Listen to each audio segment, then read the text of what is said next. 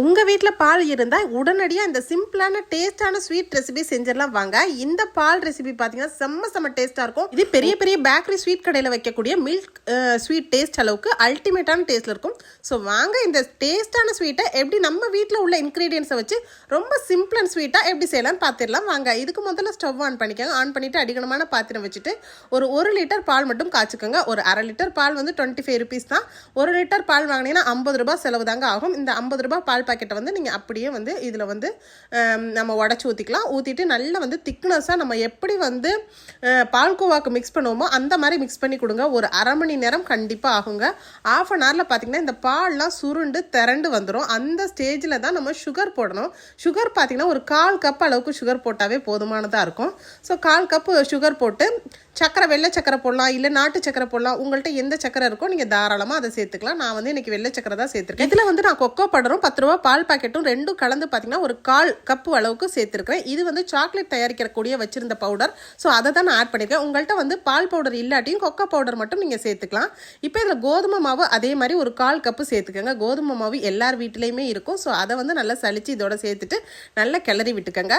So இந்த மாதிரி வந்து கிளறிக்கிட்டே இருக்கும்போது பார்த்தீங்கன்னா நல்ல ஒரு ஃப்ளேவர் கிடைக்கும். இதில் வந்து சுத்தமான நெய் வந்து சேர்த்துக்கோங்க. நீங்கள் நெய் வந்து எந்த அளவுக்கு வந்து நல்ல பிராண்டடாக சேர்க்குறீங்களோ அந்த அளவுக்கு உங்களோட ஸ்வீட் ரொம்பவே டேஸ்ட்டாகவும் பர்ஃபெக்டாகவும் இருக்கும். நமக்கு வந்து 2 ஸ்பூன் சேர்த்துக்கலாம். அப்போ ஃபைனலாக 1 ஸ்பூன் தேவைப்பட்டால் சேர்த்துக்கலாம். இப்போ நல்லா மிக்ஸ் பண்ணி கொடுங்க. இந்த மாதிரி திரண்டு வரும். நம்ம பால்கோவா மாதிரி நல்லா திரண்டு வரும். ஸோ வந்து நம்ம சாக்லேட் பவுடரை வச்சு கொக்கோ மில்க்கு ஷேக்கு எது வேணாலும் நம்ம செஞ்சுருப்போம். இந்த மாதிரி பாலில் வந்து செஞ்சு பாருங்கள். செம்ம டேஸ்ட்டாக இருக்கும்.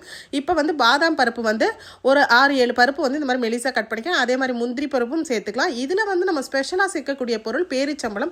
பேரிச்சம்பளம் வந்து குழந்தைங்களுக்கு ரொம்பவே நல்லது. இந்த 4 பேரிச்சம்பளத்தை மெலிசாக கீறி இதில் சேர்த்துக்காங்க. சேர்த்துட்டு எல்லாத்தையும் வந்து இந்த மாதிரி மிக்ஸ் பண்ணி கொடுங்க. அப்படி ஒரு டேஸ்ட்டாக இருக்குங்க. ரொம்ப டேஸ்டியாக இருக்கும். இந்த ஸ்வீட்டை நான் ட்ரை பண்ணி பார்த்ததுக்கப்புறம் எங்கள் வீட்டில் திரும்புறதுக்குள்ளே அவ்வளோத்தையும் காலி பண்ணிட்டாங்க. ஸோ அந்தளவுக்கு ஸ்வீட் வந்து செம்ம டேஸ்ட்டாக இருந்தது. இப்போ பாருங்கள் ஃபைனலாக நம்ம வந்து ஏலக்காய் தூள் வந்து 1 ஸ்பூன் வந்து சேர்த்துக்கலாம். சேர்த்துட்டு நல்லா கிளறிடுங்க. கிளறிட்டு பாத்திரத்தில் ஒட்டாமல் இந்த அளவு வரும் பார்த்தீங்களா, திரண்டு அப்படியே வந்து பால்கோவா மாதிரி வரும் பாருங்கள். இந்த டைமில் நம்ம ஸ்டவ் ஆஃப் பண்ணிடலாம். ஸோ வந்து கரெக்டான கன்சிஸ்டன்சியில் இருக்குது பாருங்கள். இது வந்து நமக்கு வந்து பஞ்சாமிர்தம் மாதிரி இருக்கும் பார்க்கும்போது. ஆனால் இது பஞ்சாமிர்தம் கிடையாது.